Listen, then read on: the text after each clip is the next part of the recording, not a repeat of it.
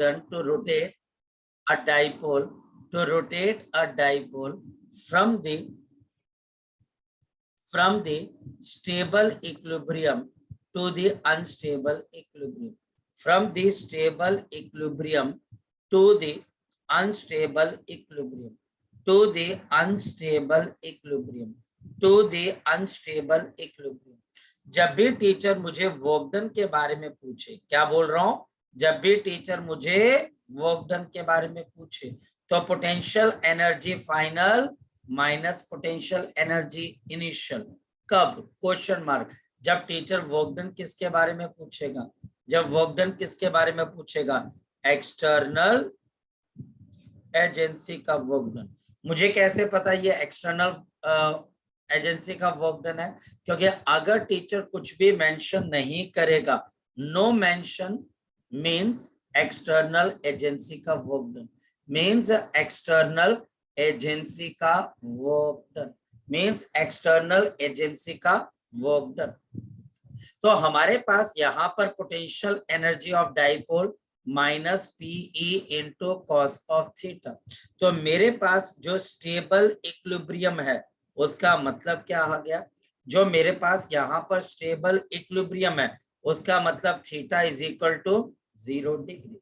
इसका मतलब theta is equal to किसके बराबर है, 0 डिग्री के बराबर आ गया। तो थीटा इज इक्वल टू मेरे पास किसके बराबर आ गया, 0 डिग्री। अगर थीटा मेरे पास यहाँ पर 0 डिग्री है तो आपकी ये पोटेंशियल एनर्जी इनिशियल हो जाएगी। और क्यों इनिशियल है, फ्रॉम, तो स्टेबल इक्विलिब्रियम है तो ये इनिशियल है, and this will be minus PE into cos of 0 degree. तो ये मेरे पास कितना आ जाएगा, minus of p into E. और मेरे पास यहाँ पर अनस्टेबल इक्विलिब्रियम, अगर मेरे पास अनस्टेबल इक्विलिब्रियम है, थीटा इज इक्वल टू आपके पास 180 degree, theta is equal to 180 degree. तो potential energy final minus of p into E cos of 180। तो ये मेरे पास किसके बराबर आ जाएगा, पी इंटू ई। तो मेरे पास यहाँ पर वर्क डन किसके बराबर है, मेरे पास यहाँ पर वर्क डन किसके बराबर है, potential energy final minus potential energy initial. तो फाइनल मेरे पास पीई माइनस और इनिशियल माइनस ऑफ पीई। तो मेरे पास आंसर कितना आ जाएगा, 2 पीई। हर्षु समझ में आ गया बच्चे, हर्षु समझ में आ गया बच्चे, है या ना? Yes sir. हर्षु आपका हिमाचल बोर्ड है और याद रखना आपका सिलेबस सीबीएसई से ज्यादा है, इस बात का ध्यान रखना, इस बात का आपको पता है बच्चे, इस बात का पता है बच्चे आपको। और ये भी पता होना चाहिए कि आपके भी टर्म 1 और टर्म 2 हो रहे हैं इस बार भी, हाँ या ना? यस सर, है ना? तो ये अब अलग है भाई, बिल्कुल अलग देश चला हुआ है, अलग बोर्ड चला हुआ है, पूरे हिंदुस्तान का बोर्ड अलग और हिमाचल बोर्ड अपनी तरफ। क्यों, क्या कर सकते हैं, सर हो सकता है सीबीएसई से अलग भी होगा ना सर हमारा पैटर्न, और ये नहीं पैटर्न तो चलो एक अलग बात, कॉन्सेप्ट तो चलो सेम है, पैटर्न चलो हम डिस्कस कर सकते हैं, बट टर्म 1 टर्म 2 की जरूरत क्या है? बाकी या तो उन्होंने कुछ सोचा नहीं, बोला चलने दो यार, जान दो, कोई बात नहीं, गाड़ी चली हुई है चलने दो, क्यों, है ना? क्योंकि बाकी तो बोर्ड वाले सोच रहे नहीं, अब हम पूरा एनुअल एग्जामिनेशन कहते नहीं यार, जान दो कोई बात नहीं, देखी जाएगी, है ना? तो हमारे पास ये आ गया work done of a dipole, कि मेरे पास यहाँ पे डाइपोल का वर्क डन हम किस तरीके से आइडेंटिफाई कर सकते हैं। नेक्स्ट वन, हमारे पास नेक्स्ट वन आ गया the potential energy of the dipole का वेक्टर फॉर्म। तो नेक्स्ट मेरे पास आ गई जी इसकी वेक्टर फॉर्म। वेक्टर फॉर्म के अंदर अब हम क्या लिखेंगे, पोटेंशियल एनर्जी इज माइनस, आपके पास कितना आ जाएगा, पी डॉट ऑफ ई। तो ये मेरे पास कितना आ जाएगा, minus of p dot of E. ये वेक्टर फॉर्म आ गया हमारे पास, बिल्कुल सिंपल सी बात है। मान लिया जाए कि टीचर मुझे यहाँ पर एक क्वेश्चन दे देता है कि मेरे पास यहाँ पे डाइपोल मोमेंट है 100, आपके पास i cap plus of 120 j cap, और मेरे पास इलेक्ट्रिक फील्ड है टुवर्ड्स एक्स एक्सिस, और ये मेरे पास 12 i cap newton per coulomb, और ये मेरे पास है कूलम मीटर। मुझे टीचर बोलता है कि what is the potential energy of the dipole, जल्दी बोलो क्या आ जाएगा, what is the potential energy of the dipole. तो potential energy is minus of p dot of E. तो मेरे पास माइनस पी की जगह क्या आ जाएगा 100 i cap plus of 120 j cap, और इसका डॉट प्रोडक्ट किसके साथ है 12 आई कैप के साथ। तो हमारे पास इसका डॉट प्रोडक्ट किसके साथ है 12 आपके पास यहाँ पर आई कैप के साथ, और this is the 12 of I cap. So I dot I 1 होता है, बाकी सब 0। तो पोटेंशियल एनर्जी कितने के बराबर है माइनस आपके पास 1200 जूल का पोटेंशियल एनर्जी डेवलप हो जाएगी। जी वंशिका समझ में आ गई बात बच्चे, वंशिका सलोनी जैसे समझ में आ गया बच्चे? Yes sir. चलिए Yes, sir. अच्छा अब हमारे पास यहाँ पर आदित्य, जब टीचर आपको यहाँ पर कोई क्वेश्चन देता है तो उस क्वेश्चन के अंदर काफी चीजें हमारे पास रहती हैं जो क्या हमारे पास यहाँ पर हमें पता होनी चाहिए। फॉर एग्जाम्पल यहाँ पे टीचर मुझे ग्राफिकल वेरिएशन भी पूछ सकते हैं। क्या आपके पास ग्राफिकल वेरिएशन कैसे होगी? मेरे पास यहाँ पर y एक्सिस पे पोटेंशियल एनर्जी है और मेरे पास x एक्सिस पे आपका एंगल थीटा। तो ये मेरे पास एंगल आ गया थीटा और ये मेरे पास u क्या आ गई पोटेंशियल एनर्जी। तो इसका ग्राफ हमारे पास कैसा बनेगा? तो हमारे पास इसका ग्राफ कुछ इस तरीके से बन जाएगा। ये ग्राफ हमारे पास ऐसा क्यों बना? ये ग्राफ हमारे पास ऐसा क्यों बना? क्योंकि potential energy is minus of PE into cos of theta. तो मैं यहां पर ग्राफ बना रहा हूं माइनस कॉस ऑफ थीटा का। तो जो कॉस थीटा का मेरे पास ग्राफ आता है, मैं यहां पर कॉस ऑफ थीटा का इनवर्स यानी कि उसके मिरर इमेज का ग्राफ बना रहा हूं। तो ये मेरे पास एंगल आ गया 0 डिग्री, ये एंगल आ गया 90 डिग्री, ये मेरे पास एंगल आ गया 180 डिग्री, ये मेरे पास आ गया 270 डिग्री, और लास्ट ये एंगल मेरे पास कितने के बराबर आ गया? आपके पास 360 डिग्री के बराबर। Inverse of the cos of theta. मेरे पास कॉस थीटा का ग्राफ क्या होता है ये बाकी बच्चों को पता होना चाहिए। ये कॉस थीटा का ग्राफ ऐसे होता है, ये कॉस ऑफ थीटा का ग्राफ है, और जहां पर जो मैंने प्लॉट किया ये मेरे पास माइनस कॉस थीटा का ग्राफ आ गया। तो ये हमारे पास किसका ग्राफ आ गया बच्चे?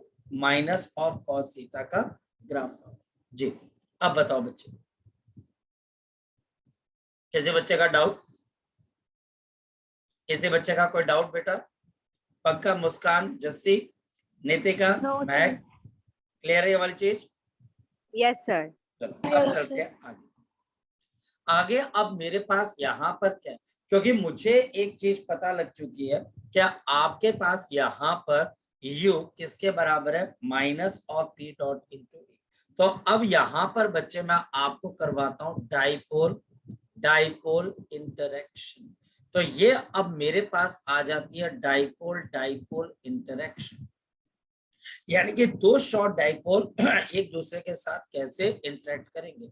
So potential energy of the two dipoles, the potential energy of the two dipoles. Suppose मेरे पास यहाँ पर एक शॉर्ट डाइपोल है जिसके डाइपोल मोमेंट मेरे पास P1 है, और मेरे पास इससे कुछ डिस्टेंस दूर यहाँ पर एक और डाइपोल है जिसके डाइपोल मोमेंट इस डायरेक्शन में। मेरी बात को समझ पा रहे हो? इन दोनों डाइपोल्स के सेंटर के बीच की दूरी मेरे पास स्मॉल r है। ये डाइपोल मोमेंट P1 है और दूसरा डाइपोल मेरे पास कितने के बराबर है? P2 के बराबर है। टीचर आपको बोलता है इन दोनों की पोटेंशियल एनर्जी निकाल कर बताओ। देखो बड़ा सिंपल सी बात है।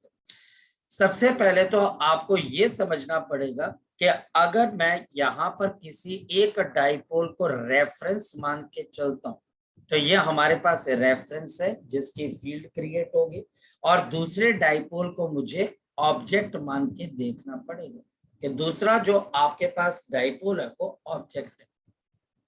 मेरे पास यहाँ पर जो P1 डाइपोल है और ये P2 डाइपोल है। तो हमारे पास ये जो P2 डाइपोल है, ये P1 जो हमारे पास यहाँ पर P1 डाइपोल है, ये उसके कौन सी लाइन पे बैठा हुआ है आपके पास?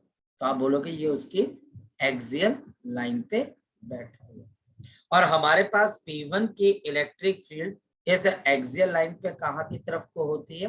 तो आपका जवाब होगा in the same direction of the dipole moment. और इसकी वैल्यू किसके बराबर होती है? 2p1 4 pi epsilon not into r की पावर 3। यह हमारे पास शॉर्ट डाइपोल के एक्सियल पॉइंट के इलेक्ट्रिक फील्ड है। अब देखो, जो मेरे पास दूसरा डाइपोल है वो एक इलेक्ट्रिक फील्ड में रखा गया जिसके साथ उसका एंगल कितने के बराबर है? 180 डिग्री। जिसके साथ बच्चा हमारे पास उसका एंगल कितने के बराबर है? 180 डिग्री। तो हमारे पास इसकी पोटेंशियल एनर्जी किसके बराबर आ जाएगी? तो मैं लिखूंगा minus of P2, electric field है P1 की, इंटू दोनों के बीच का एंगल कितने के बराबर है? 180। कॉस 180 कितने के बराबर होता है? -1। तो मेरे पास इन दोनों की पोटेंशियल एनर्जी क्या आ जाएगी? -P2 इलेक्ट्रिक फील्ड, तो 2p1 upon 4 pi epsilon not into r cube. और cos 180 कितने के बराबर होता है? -1। माइनस माइनस प्लस हो जाएगा, तो आपकी पोटेंशियल एनर्जी कितनी आ जाएगी? 2p1p2 अपॉन नीचे मेरे पास कितना आ जाएगा? 4 पाई एप्सिलॉन नॉट r। क्या समझे? मैं ये समझ रहा हूं दो डाइपोल्स की पोटेंशियल एनर्जी डिस्टेंस की कौन सी पावर पे डिपेंड कर रही है? 3 पे डिपेंड कर रही है। 3 पे। बड़ा इंटरेस्टिंग क्वेश्चन है ये। किस पे डिपेंड कर रही है? हमारे पास 3 पे डिपेंड कर रही है। तो ये पोटेंशियल एनर्जी है दो डाइपोल्स की, याद रखना बच्चे। So this is the potential energy of the two dipoles. अब बच्चा बोलता है कि सर अगर मैं दूसरे डाइपोल को टॉप पॉइंट पर ले जाऊं तो क्या होगा? भैया आपको देखना है कि जैसे आप टॉप पॉइंट पर लेके चलेंगे, सपोज कि टीचर मुझे यहाँ पर क्वेश्चन दे देता है और टीचर मुझे ये बोल देता है कि जी देखिए ये मेरे पास यहाँ पर पहला डाइपोल आ गया P1 और दूसरे डाइपोल को आप इक्वेटोरियल पॉइंट पर ले गए, ये आपके पास R है और ये रही इसके आपके पास वैल्यू और ये P2 के बराबर है। अब देखो मुझे पोटेंशियल एनर्जी निकालनी, तो P1 की पहले मैं यहाँ पर इलेक्ट्रिक फील्ड देखूंगा जो डाइपोल मोमेंट से ऑपोजिट हो जाती है और ये इलेक्ट्रिक फील्ड किसके बराबर आ जाती है? P1 upon 4 pi epsilon not into r। जिस डाइपोल मोमेंट को आपने इस इलेक्ट्रिक फील्ड में रखा, इन दोनों के बीच का एंगल कितने के बराबर बन रहा है? 0 डिग्री के बराबर। तो मेरे पास यहाँ पर पोटेंशियल एनर्जी किसके बराबर है? Minus of P2 electric field 1 के इंटू कॉस ऑफ 0 डिग्री। तो मेरे पास यहाँ पर क्या आ जाएगा? माइनस ऑफ P2 और electric field P1 upon 4 pi epsilon not into r का क्यूब। तो ये रिजल्ट आ जाएगा। क्या ये रिजल्ट स्कूल के लिए वैलिड है? नहीं, स्कूल के लिए वैलिड नहीं। ये सिर्फ आपको पता होना चाहिए कि हमारे पास, देखो ये पता होना चाहिए, कल को हम कोई कॉम्पिटेटिव एग्जाम में जाते तो यार पता होना चाहिए। और मैं आपको बता रहा हूँ कि क्लास में करवाई हुई चीजें ही आपको वहां पर नजर आएंगी, चाहे 2 नजर आए, चाहे 4 नजर आए, चाहे 6, चाहे 10, चाहे पूरा पेपर, लेकिन वो क्लास के अंदर किया हुआ पेपर, मतलब कि क्लास के अंदर आपको लगेगा कि सर ने कोई ना कोई बात समझाई थी, कुछ ना कुछ बताया था। डाइपोल और डाइपोल की पोटेंशियल एनर्जी सर ने बताई थी। एक डाइपोल को एक्सियल पॉइंट पर रख दो तो कितनी पोटेंशियल एनर्जी, और इक्वेटोरियल पे रख दो तो कितनी पोटेंशियल एनर्जी सर ने बताया था। तो इसको याद भी रखना। फिर भी अगर किसी बच्चे का डाउट है तो बच्चा मुझसे पूछ सकता है। शाबाश। अगर किसी बच्चे का कोई डाउट है तो बच्चा फिर भी मुझसे पूछ सकता है, नो इश्यू इन दैट। जी बोलो, है किसी बच्चे को कोई डाउट भाई? चले आगे। नितिका, मुदित, चलते अब हम आगे की तरफ।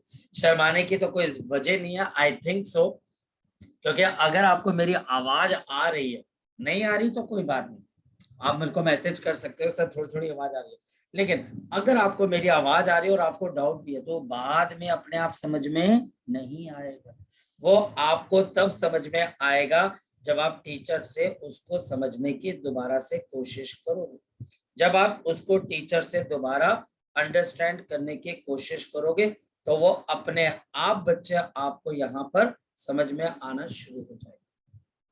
चलो फिर भी हम आगे चलते हैं। सो अब बच्चे मैं आपको यहाँ पे डिस्कस करवाता हूँ नया कॉन्सेप्ट। देखो हमें पोटेंशियल एनर्जी भी मिल गई।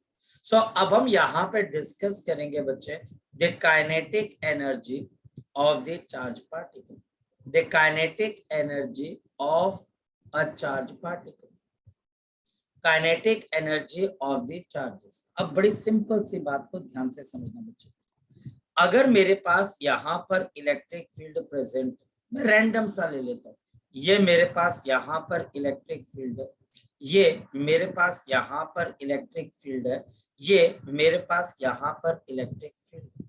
अगर इस इलेक्ट्रिक फील्ड में मैं एक पॉजिटिव आयन को छोड़ दूं, वो कहां पर जाएगा, और नेगेटिव आयन को छोड़ दूं, वो कहां पर जाएगा, दोनों कहां जाएंगे।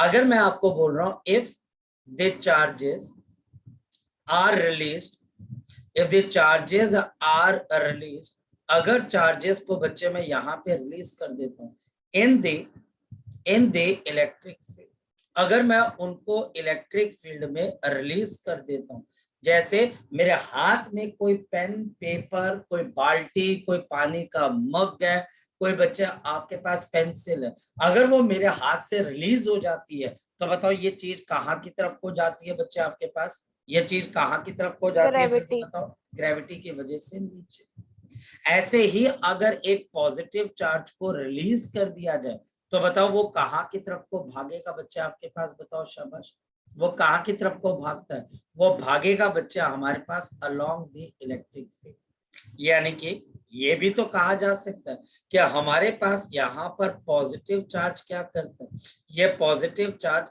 हाई पोटेंशियल रीजन को लीव करके, हाई पोटेंशियल रीजन को लीव करके कहाँ की तरफ को भागता है बच्चे आपके पास, बोलो शाबाश, लो पोटेंशियल के रीजन।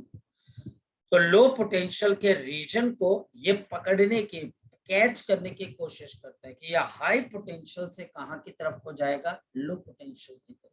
तो ये बच्चे हमारे पास पॉजिटिव चार्ज हमेशा कहां से कहां की तरफ को भागता है, हाई पोटेंशियल से लो पोटेंशियल की तरफ। इस वजह से ये हमारे पास क्या गेन कर जाता है, therefore it loses potential energy, ये लूज करेगा आपके पास पोटेंशियल एनर्जी एंड गेन्स, और साथ ही साथ ये गेन कर जाएगा, बताओ क्या गेन कर जाएगा बच्चे, and it gains the kinetic energy, और ये काइनेटिक एनर्जी को गेन कर जाएगा। सिंपल सा बात है, भागा भागा तो कौन सी एनर्जी आई, काइनेटिक एनर्जी, तेजी से भागा और ज्यादा काइनेटिक एनर्जी, स्पीड बढ़ती जा रही है, काइनेटिक एनर्जी बढ़ती जा रही है, तो क्या अपने आप बढ़ जाएगी, नहीं भाई, कैसे बढ़ेगी वो बढ़ेगी बच्चे जब हमारे पास पोटेंशियल एनर्जी कम हो, और पॉजिटिव चार्ज हाई पोटेंशियल से लो पोटेंशियल की तरफ लुढ़कता हुआ जाता है, भागता हुआ जाता है, ये हमारे पास भागता हुआ जाता है, ये काइनेटिक एनर्जी गेन करता रहता है, गेन करता रहता है, गेन करता रहता है। तो नेगेटिव चार्ज कहां से कहां पर जाएगा, कोई बच्चा बता सकता है, और नेगेटिव चार्ज क्योंकि ये नेगेटिव चार्ज है तो इसके आपके पास मूवमेंट ही डिफरेंट है। अब बताओ आपका नेगेटिव चार्ज कहां से कहां पर जाएगा, तो आप बोलोगे हमारे पास यहाँ पर हमारा जो नेगेटिव चार्ज है ये अनएक्सपेक्टेडली, आप कहे एक्सपेक्टेडली, अनएक्सपेक्टेडली तो नहीं, एक्सपेक्टेडली है कि ये हमारे पास लो पोटेंशियल के रीजन से कहाँ की तरफ को भागता है बच्चे, कहाँ की तरफ को भागता है, ये हमारे पास भागता है हाई पोटेंशियल के रीजन की तरफ, और ये भी क्या गेन करता है, काइनेटिक एनर्जी, एंड ये भी हमारे पास क्या गेन कर जाता है, काइनेटिक एनर्जी। इसका मतलब चार्ज पार्टिकल्स जब पोटेंशियल डिफरेंस को क्रॉस करेंगे तो वो क्या गेन करेंगे, हमारे पास काइनेटिक एनर्जी, बिल्कुल काइनेटिक एनर्जी, कोई दो राय नहीं है कि वो काइनेटिक एनर्जी गेन ना करे, बिल्कुल गेन करेंगे। मतलब क्या हुआ, मतलब हमारे पास ये हुआ कि अगर कोई टीचर मुझे ये बोल देता है, समझने की कोशिश करना कि मेरे पास यहाँ पर एक पॉजिटिव चार्ज है और ये V1 पोटेंशियल से V1 की पोटेंशियल की तरफ अपने आप चला गया, अपने आप, मैंने नहीं धक्का मारा, और ये अपने आप क्यों चला गया, क्योंकि पॉजिटिव चार्ज हमेशा हाई पोटेंशियल से कहाँ की तरफ को जाना चाहता है? लो पोटेंशियल की तरफ। जैसे ये चार्ज यहां से एंटर किया और यहां से लीव किया, तो याद रखना दोनों जगहों पर अब इसके काइनेटिक एनर्जी सेम नहीं होगी, क्योंकि पोटेंशियल एनर्जी भी सेम नहीं है। अगर मैं आपको यहाँ पर बोलूं what is the change in the potential energy, तो इसके पोटेंशियल एनर्जी में कितना चेंज आ गया? तो ध्यान से समझना, अगर कोई चार्ज किसी पोटेंशियल वाली जगह पे बैठा होगा तो आपकी potential energy charge into potential, तो मेरे पास Q V1 minus of Q क्या आ गया? V2। ये हमारे पास चेंज आ गया पोटेंशियल एनर्जी के अंदर, जब ये चार्ज V1 पे था, जब ये चार्ज V2 पे था, और मेरे पास Q into V1 minus V2। जल्दी बता दो ये हमारे पास क्या बन जाएगा? Now this is the potential difference, and by the conservation of the energy, by the conservation of the energy, by the conservation of the energy, अगर मैं एनर्जी की कंजर्वेशन को देखता हूं तो चेंज इन पोटेंशियल एनर्जी, बताओ किसके बराबर होनी चाहिए? चेंज इन पोटेंशियल एनर्जी, जल्दी बता दो किसके बराबर होनी चाहिए? चेंज इन काइनेटिक एनर्जी के बराबर। कभी भी कोई चार्ज किसी पोटेंशियल वाली जगह पे अगर बैठ जाता है तो उसमें पोटेंशियल एनर्जी आ जाती है। तो जब ये चार्ज V1 पे था पोटेंशियल V1 था, जब ये चार्ज V2 पे आया पोटेंशियल V2 पे था, इसलिए V1 पे इसकी पोटेंशियल एनर्जी QV1 और आपके पास लोअर पोटेंशियल वाली जगह पे QV2, और चेंज हुआ पोटेंशियल एनर्जी का, तो बदले में आपको क्या मिलगी बच्चे? Kinetic energy. तो मेरे पास इस वजह से Q इंटू डेल्टा V, ये basically change in potential energy है, और यह आपके पास चेंज इन काइनेटिक एनर्जी, यानी kinetic energy final minus kinetic energy initial. यह हमारे पास आ गया सबसे पहला कॉन्सेप्ट, याद रखना।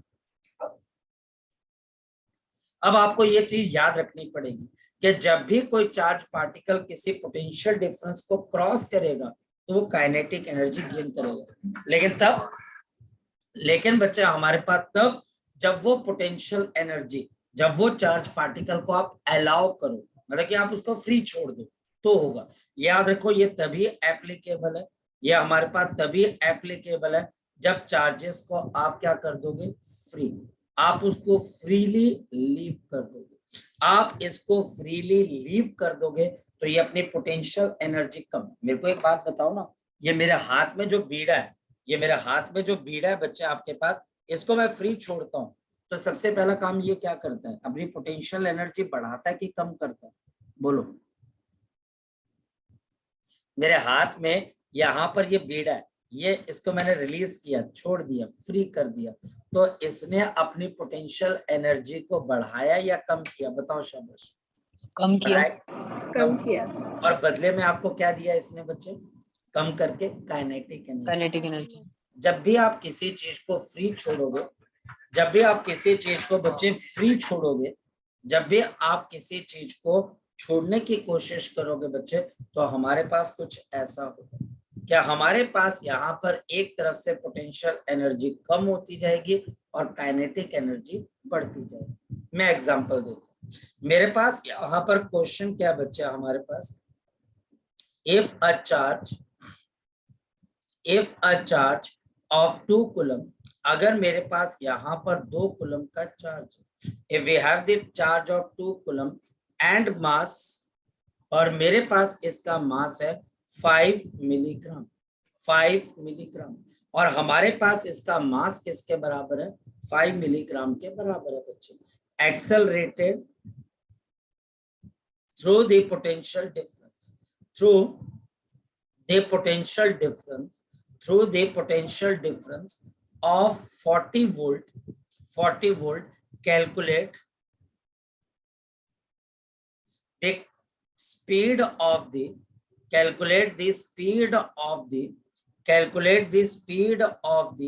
आपके पास charge particle, calculate the speed of the charge particle, calculate the speed of the charge particle. मुझे यहाँ पर चार्ज पार्टिकल की स्पीड निकालकर बतानी है। सॉल्यूशन कैसे होगा? मेरे पास अगर यहाँ पर कोई चार्ज है जो कि 2 कूलम का है, मास 5 मिलीग्राम का है, और इसको 40 वोल्ट के पोटेंशियल डिफरेंस से क्रॉस कराया गया, तो स्पीड ऑफ चार्ज पार्टिकल बतानी। तो Q into delta V is equal to half into m into V का स्क्वायर। तो मेरे पास आ गया 2Q into delta V upon mass m और इज इक्वल टू स्पीड का स्क्वायर। तो आपके पास स्पीड किसके बराबर है? Under root of 2Q into delta V upon mass, मेरे पास कितना आ गया? m। 2Q into delta V upon mass m, तो ये मेरे पास आ गया 2। आपके पास चार्ज कितने का है? 2 कूलम का। डेल्टा V कितने का है? 40 का। और मास कितने का है? 5 मिलीग्राम। तो 5 इंटू 10 की पावर पूरा का पूरा -6, लेकिन केजी में आ जाएगा। -6 लेकिन हमारे पास केजी में आ जाएगा। ये कैंसल होकर बच्चा हमारे पास 8, 8 दूनी 16, 16 दूनी 32। तो स्पीड कितने के बराबर है? 32 का अंडर रूट इनटू आपके पास 10 की पावर 3 मीटर पर सेकंड। तो हमारे पास ये 5 पॉइंट समथिंग आ जाएगा, मतलब कि 5.7 या 5.6 के आसपास।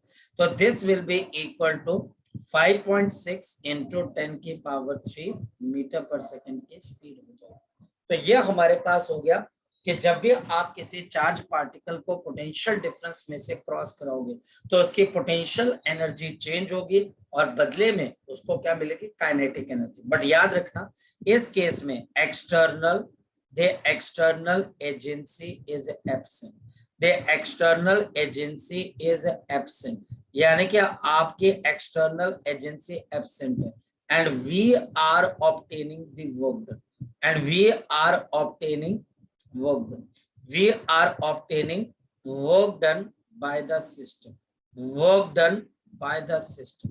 क्या हमारा सिस्टम खुद काम कर रहा है? खुद पॉजिटिव चार्ज छोटे पोटेंशियल की तरफ को जा रहा है, खुद नेगेटिव चार्ज हाई पोटेंशियल की तरफ को जा रहा है, खुद ही। अब हम इसको बाहर से कंट्रोल ही नहीं कर पा रहे, और आपके पास ऐसी सिचुएशन के अंदर काइनेटिक एनर्जी मिलती जाएगी जैसे जैसे पोटेंशियल एनर्जी कम होती रहेगी।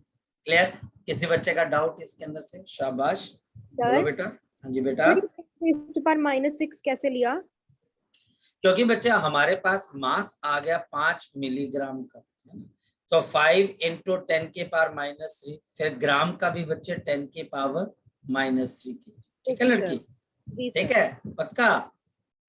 Yes sir. चलो ठीक है, नेक्स्ट पूछे कोई बच्चा डाउट? शाबाश शाबाश, कोई बच्चा डाउट पूछे? Very good. है किसी बच्चे का डाउट भाई?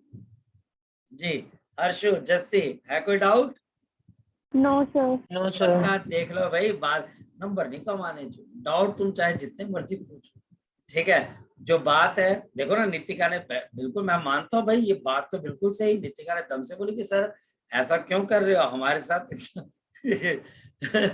तो हमारी भी लगाओ क्लास, अच्छा लगता है। बल्कि मैंने ऐसा थोड़ा कि हाँ नहीं तुमने नेक्स्ट टाइम से बात नहीं करनी है ना? तो नहीं यार, बड़ी अच्छी, मेरे को अच्छा लगा। मैंने बोला यार अगर क्यों, मैं पता क्यों हंसा नितिका, क्योंकि अगर मैं भी तेरी जगह होता मैंने भी ये क्वेश्चन पूछना था, है ना? तो एक टीचर को लगता है ना कि यार ये बच्चा मेरी तरह सोचता है, तो ठीक है कोई बात। तो क्वेश्चन पूछो यार, फिर क्या हो गया? क्वेश्चन आते जाते, क्वेश्चन कई बार सॉल्व होते, कई बार नहीं भी होते, उसमें घबराने वाली बात नहीं है। क्वेश्चन पूछना बच्चा हमारे पास, उसमें मत घबराओ, ना टीचर के नेचर से घबराओ ना क्वेश्चन से, बस आराम से अपना क्वेश्चन कर दो। जी, है किसी बच्चे का डाउट बेटा? है किसी बच्चे का डाउट? शाबाश, है कि डाउट? चलो मैं आगे चलता हूँ। अब इसी दौरान के अंदर बच्चा हमारे पास बहुत सारी चीजें आ गई, जैसे कि टीचर अब आपको क्या बोलेगा, ध्यान से समझना। टीचर मुझे यहाँ पर एक क्वेश्चन देगा। क्वेश्चन क्या बच्चा हमारे पास, ध्यान से समझना, कि we have the two different, आपके पास यहाँ पर to different charges,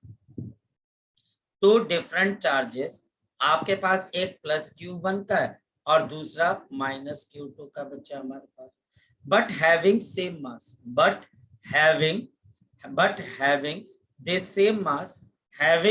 same mass लेकिन बच्चे इन दोनों का मास बच्चे हमारे पास सेम है। सर क्या डिफरेंट हो सकता है? हाँ बिल्कुल हो सकता है। डिफरेंट होगा तो क्या होगा वो भी बता दूंगा। But having this same masses approaches each other from infinity, approach each other from the infinity, from the infinity, from the infinity without external forces involved। और इनको रिलीज कर दिया गया। टीचर एक वर्ड यूज करेगा कि इनको रिलीज कर दिया गया। रिलीज करने का मतलब है कि मेरे पास अब यहाँ पर कोई एक्सटर्नल एजेंसी काम नहीं कर रही है। एक्सटर्नल एजेंसी एब्सेंट है बच्चे हमारे पास। तो ये अप्रोच कर रही है एक दूसरे को इन्फिनिटी से बच्चे हमारे पास। क्लियर होगी बात? कैलकुलेट, अब ध्यान से समझिए। कैलकुलेट, कैलकुलेट द आपके पास speed, calculate the speed of each, calculate the speed of each. आपके पास यहां पर each particle when separation between them is r, when the separation between them is r, separation between them is r, between them is small r। तो हमारे पास यहाँ पर question करना क्या चाह रहा है? बेसिकली जब आप इंफिनिटी से चलते हो, जब आप इंफिनिटी से चलते हो बच्चे, तो आपकी जो पोटेंशियल एनर्जी है वो आपके पास जीरो के बराबर, और आप चलना शुरू ही किए थे तो इनिशियल काइनेटिक एनर्जी भी जीरो। अब मैं जो आपको करवाने जा रहा हूं वो हमारे पास +1 के ऊपर बेस्ड है। हमारे पास यहाँ पर ये चार्जेस इन्फिनिटी से चलना शुरू किए, ये चार्जेस हमारे पास इन्फिनिटी से चलना शुरू किए और हमारे पास एक पॉइंट के ऊपर आकर पहुंच गए। जब इन दोनों के बीच का जो मेरे पास Q1 है और मेरे पास -Q2 है और इनके बीच का डिस्टेंस कितना रह गया? r रह गया। पर ये चार्जेस अभी रुके नहीं हुए, ये अभी भी क्या कर रहे हैं बच्चे? ट्रेवल कर रहे हैं with the speed of v1 meter per second, with the speed of v2 meter per second. मेरी बात को ध्यान से समझो। और मुझे यहाँ पर हर एक पार्टिकल की स्पीड निकालनी है। इसका मास आ गया mkg और इसका मास भी मेरे पास क्या आ गया? mkg। पर कैसे करें? बच्चा बोलता है कैसे करें, मैं समझाता हूँ। सबसे पहली चीज है, क्या आप यहाँ पर ये देखें, हमारे पास लगेगा conservation of the energy. The conservation of the energy, conservation of energy क्या बोलता है? The total change in potential energy is equal to total change in क्या आ गया बच्चे? शाबाश बता दो, काइनेटिक एनर्जी। इन्फिनिटी पे अब ध्यान से समझना, हमारे पास total change in potential energy, तो potential energy final minus potential energy initial, and kinetic energy, तो kinetic energy final minus kinetic energy आपके पास इनिशियल। अब कैसे करें? फंस गए दोबारा फिर से। तो इनिशियल जो पोटेंशियल एनर्जी है वो जीरो। क्यों जीरो भाई? क्योंकि ये चार्जेस कहां से ट्रेवल करके आ रहे हैं? ये चार्जेस कहां से ट्रेवल करके आ रहे हैं? तो ये चार्जेस मेरे पास इन्फिनिटी से ट्रेवल करके आ रहे हैं। तो initial potential energy zero, final, तो final potential K into Q1 Q2 और इनके बीच का डिस्टेंस आ गया। Kinetic energy final, kinetic energy final कैसे निकालोगे? तो मैं यहाँ पे लिख दूंगा जी हाफ इंटू m v1 का square, half into m into v2 का स्क्वायर, माइनस ऑफ जीरो। अब ध्यान से समझो, मुझे यहाँ पर v1 और v2 चाहिए और मैंने हमेशा इनिशियल, देखो इन्फिनिटी पे अगर कोई चीज है तो याद रखना, इन्फिनिटी पे अगर कोई चीज है फिर समझो याद रखना, तो वहां पर काइनेटिक एनर्जी भी जीरो है और पोटेंशियल एनर्जी भी जीरो है, दोनों जीरो होती है इन्फिनिटी पे। तो अब मेरे पास यहाँ पर आगे क्वेश्चन कैसे आएगा? याद रखना, conservation of the momentum, conservation of the momentum. याद रखना बच्चे, कंजर्वेशन ऑफ द मोमेंटम। मेरे पास कंजर्वेशन ऑफ मोमेंटम कैसे लगेगा? इनिशियल मोमेंटम जीरो था क्योंकि दोनों बॉडीज इन्फिनिटी पे थी, और बाद के अंदर क्या हो गया? एक बॉडी पॉजिटिव डायरेक्शन में मोमेंटम गेन कर रही है तो दूसरी नेगेटिव। तो बताओ इससे मुझे क्या चीज पता लगी, बताओ शाबाश, इससे मुझे क्या चीज पता लगी? क्योंकि दोनों का मासेस सेम है, फिर समझो दोनों का मासेस सेम है तो स्पीड भी सेम होगी, कंजर्वेशन ऑफ मोमेंटम। तो हमारे पास ये पता लग गया कि v1 is equal to v2 is equal to v।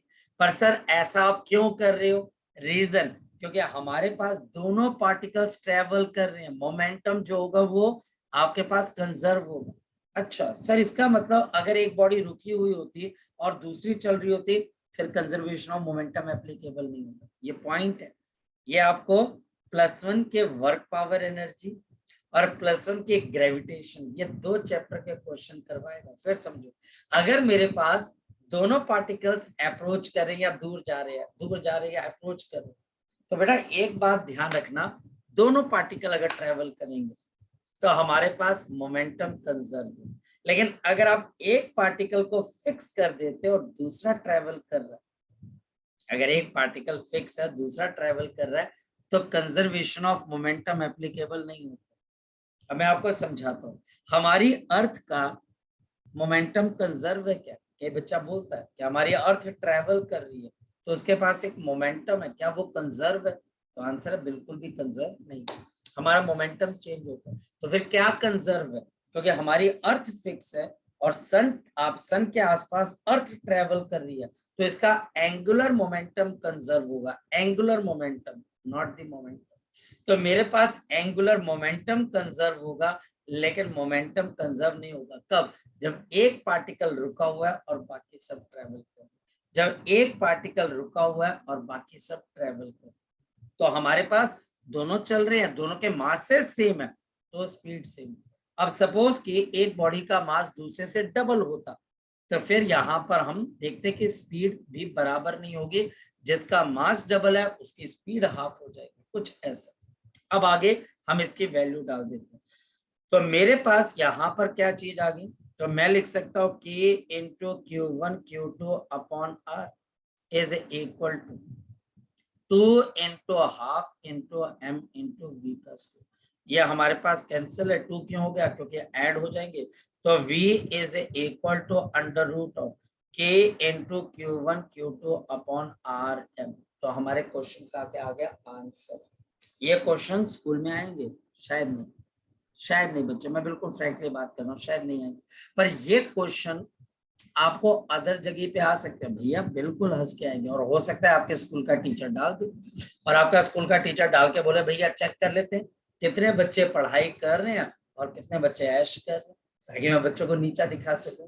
तो ये हमारे पास केस किसका आ गया? जब दो बॉडीज को एक दूसरे से रिलीज किया जाएगा। अगेन काइनेटिक एनर्जी और पोटेंशियल एनर्जी दोनों का सम कांस्टेंट रहेगा, दोनों का सम कांस्टेंट रहेगा, दोनों का सम कांस्टेंट रहेगा। जितनी काइनेटिक एनर्जी चेंज होगी उतनी ही क्या चेंज हो जाएगी? Potential energy. अब चलते हैं आगे की तरफ, नेक्स्ट वन। मेरे पास अब यहाँ पर कॉन्सेप्ट आता है इलेक्ट्रॉन वोल्ट का। अब मेरे पास यहाँ पर कॉन्सेप्ट आ गया इलेक्ट्रॉन वोल्ट का। इसको शॉर्ट के अंदर हम ईवी भी लिख देते हैं, इसको शॉर्ट के अंदर हम ईवी भी लिख देते हैं। ईवी मतलब इलेक्ट्रॉन वोल्ट। अब ध्यान से समझना, इन द न्यूक्लियर फिजिक्स, हमारे पास न्यूक्लियर फिजिक्स के अंदर क्या होता है? In the nuclear physics charges, जो हमारे पास इलेक्ट्रिक चार्जेस हैं, are used like projectile, are used like projectile, like projectile. कैसे? फॉर एग्जाम्पल, मेरे पास यहाँ पर कोई एक वेपन है और मैंने एनिमी कंट्री के अंदर उस वेपन को भेजना है, तो मैं उसको प्रोजेक्टाइल बनाकर भेजूंगा, रॉकेट में लॉन्च कर दूंगा, या बच्चे तोप का गोला तो तोप के अंदर डाल दूंगा, तो उस वजह से वो प्रोजेक्टाइल बन जाएगी। और ये तोप के गोले या फिर बच्चे ये जो आपके ग्रेनेड वगैरह जो प्रोजेक्टाइल है जिनको आप फेंक रहे हो, ये क्या काम करते हैं बच्चे? आगे जाके एनिमी कंट्री में जाकर क्या काम करती हैं चीजें, बताओ, बोलो शाबाश, बोलो बोलो बेटा। हमारे पास ये चीजें क्या करती हैं बेटा, पता होगा आपको? ये तोप के गोले, ये रॉकेट लॉन्चर से जो ग्रेनेड जाते हैं, ये क्या काम करते हैं भाई? है ना? कुछ पता है? हर्ष को पता है बच्चे, तुझे मुस्कान पता है? चलो, ये हमारे पास क्या क्रिएट कर देते हैं, डिस्ट्रक्शन क्रिएट कर देते हैं, ये हमारे पास डिस्ट्रक्शन क्रिएट कर देते हैं। ऐसे न्यूक्लियर फिजिक्स में चार्जेस जो होते हैं वो प्रोजेक्टाइल की तरह आप यूज करते हैं at high speeds, at a high speed. हम हाई स्पीड के ऊपर इन प्रोजेक्टाइल को यूज करते हैं बच्चे, and incident them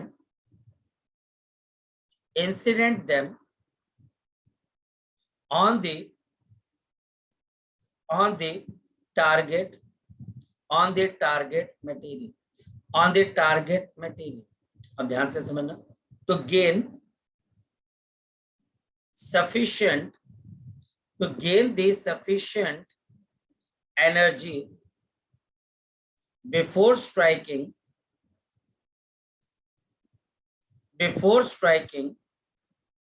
we require a potential difference।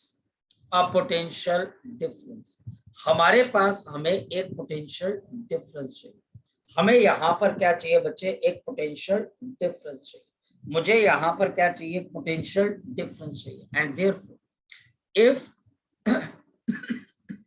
an electron crosses potential difference of 1 volt,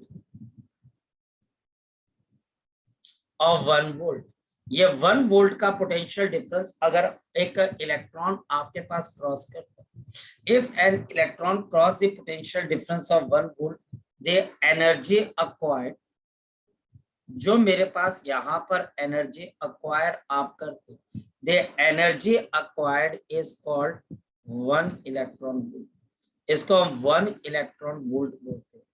this is called the 1 electron volt. यह हमारे पास क्या बन जाती है, 1 इलेक्ट्रॉन वोल्ट। बड़ी सिंपल सी बात है। तो हमारे पास energy, kinetic energy, this is given by Q delta we. अगर चार्ज मेरे पास 1 इलेक्ट्रॉन के बराबर का है, अगर पोटेंशियल डिफरेंस मेरे पास 1 वोल्ट की है, तो हम यहां पर क्या बोल देते हैं, 1 electron volt is equal to 1.6 into 10 के पावर माइनस 19 जूल। तो मेरे पास 1 इलेक्ट्रॉन वोल्ट किसके बराबर है, 1.6 इंटू 10 के पावर माइनस 19 जूल। जब भी आपके पास एक इलेक्ट्रॉन किसी चार्ज पार्टिकल को किसी पोटेंशियल डिफरेंस को क्रॉस करेगा, तो उसकी एनर्जी 1 इलेक्ट्रॉन वोल्ट हो जाती है, 1 इलेक्ट्रॉन वोल्ट हो जाती है। और 1 इलेक्ट्रॉन वोल्ट का मतलब 1.6 इंटू 10 के पावर माइनस 19 जूल। जी मुदित, पूछो क्वेश्चन बच्चे, शाबाश, बोलो बेटा। हमारे पास for example an alpha particle, आपके पास एक अल्फा पार्टिकल है बच्चों, an alpha particle crosses potential difference of 500 volt. ये 500 वोल्ट का पोटेंशियल डिफरेंस क्रॉस करता है। कौन बच्चे, एक alpha particle. Calculate the energy of alpha particle, calculate the energy of the alpha particle. मुझे अल्फा पार्टिकल की एनर्जी को कैलकुलेट करके देखना कि यह हमारे पास किसके बराबर होगी। सॉल्यूशन बहुत ही सिंपल सा सॉल्यूशन। हमारे पास एनर्जी किसके बराबर है, तो Q इंटू डेल्टा V। आपके अल्फा पार्टिकल पे कितने का चार्ज होता है, 2E का, तो ये मेरे पास आ गया 2E। पोटेंशियल डिफरेंस कितने का है, 500 का, तो ये 500 वोल्ट आ गया। तो इसकी एनर्जी कितने के बराबर आ जाएगी, तो एनर्जी इज 1000 इलेक्ट्रॉन वोल्ट, यानी कि 1 kilo electron volt, 1 kilo electron volt, 1 kilo electron volt. और मुझे अगर इसकी एनर्जी जूल में निकालनी हो, तो 10 की पावर 3 1.6 इंटू 10 के पावर माइनस 19 जूल, या 1.6 इंटू 10 के पावर माइनस 16 जूल की एनर्जी। तो ये हमारे पास इस तरीके के क्वेश्चन आएंगे। बिल्कुल सिंपल सी बात है, इलेक्ट्रॉन वोल्ट के ऊपर मुझे इसकी वैल्यू निकालनी। जैसे कि मेरे पास यहाँ पे टीचर क्या बोलेगा, मेरे पास यहाँ पे टीचर आपको ये बोल रहा है कि मेरे पास एक 3A का चार्ज है और वो हमारे पास 600 वोल्ट का पोटेंशियल डिफरेंस क्रॉस करना चाहता है। तो मुझे बताना है कि इसमें से उसकी एनर्जी कितनी डेवलप हो जाएगी। तो Q इंटू डेल्टा V, तो मेरे पास आ गया 3E इंटू 600 तो वोल्ट, तो आपके पास आंसर कितना आ गया 1800 इलेक्ट्रॉन वोल्ट। तो ये हमारे पास इलेक्ट्रॉन वोल्ट की वैल्यू आ जाएगी। जी, किसी बच्चे का कोई डाउट इसके अंदर से भाई है? किसी बच्चे का डाउट? जी मेगा बोलो बच्चे।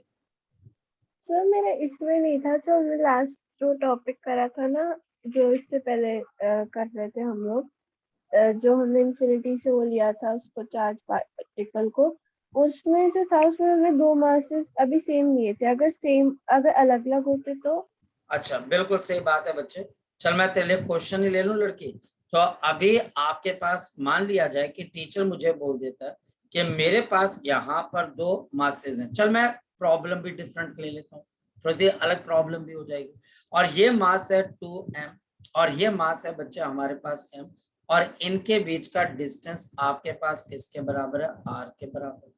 क्लियर है? और दोनों चार्जेस मेरे पास पॉजिटिव और पॉजिटिव, तो Q1 और मेरे पास Q2। अब टीचर क्या बोलता है कि if these charges are released, charges are released, अगर इन दोनों चार्जेस को मैं रिलीज कर देता हूं, find the speed of a charge at infinity, at infinity. तो हमारे पास यहां पर क्या चीज आ गई? Change in potential energy is equal to change in the kinetic energy, ये हमारे पास आ गया। अब potential energy final minus potential energy initial, kinetic energy final minus kinetic energy initial. Potential energy final जब चार्जेस इंफिनिटी पे पहुंच जाएंगे तो ये 0 माइनस इनिशियल किसके बराबर है? 1/4 pi epsilon not Q1 Q2, तो ये Q1 और ये Q2 डिवाइडेड बाई R²। और काइनेटिक एनर्जी इनिशियल ये 0 के बराबर है। Final half into m into v का square plus half into 2m into आपके पास v डैश का स्क्वायर। अब यहाँ पर आके गाड़ी रुक जाती है कि सर आगे क्या करें? मैं बताता हूँ क्या करना।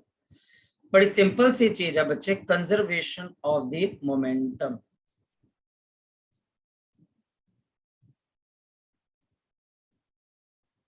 कंजर्वेशन ऑफ द मोमेंटम, हमारे पास कंजर्वेशन ऑफ मोमेंटम क्या बोलता है? अगर मेरे पास यहाँ पर चार्ज पार्टिकल ऑपोजिट जा रहे हैं, पहले तो नहीं जा रहे थे, तो इसका मतलब पहला मोमेंटम 0 है। बाद के अंदर अगर m मास v स्पीड से जा रहा है तो minus of 2m v dash की स्पीड से जा रहा है। तो अब बताओ दोनों के मासेस के बीच में m और m कैंसिल, तो v is equal to twice of क्या आ जाएगा? v dash. क्लियर हो की बात? तो v हमारे पास यहाँ पे ट्वाइस ऑफ किसके बराबर है? v dash. अब राजे तू यहाँ पर v डैश को रिप्लेस कर दे, चाहे जिस मर्जी को, तेरी स्पीड आ जाएगी। मेरी बात को समझ पा रहे? Conservation of moment. तो अब मैं इसकी वैल्यू यहाँ पर सब्स्टिट्यूट कर दूं, या फिर देखो ये m से m कैंसिल हो जाएगा, तो अब मैं इसकी वैल्यू को डाल दूंगा, सारी इक्वेशन सॉल्व कर दूंगा, तो मेरे पास क्या आ जाएगी? इनकी फाइनल स्पीड आ जाएगी। ठीक है, चलिए सो अभी के लिए इतना ही करते हैं, बाकी चीजें अब हम नेक्स्ट टाइम तक करेंगे। तब तक इसको पढ़ लीजिएगा और कोई डाउट हो तो जरूर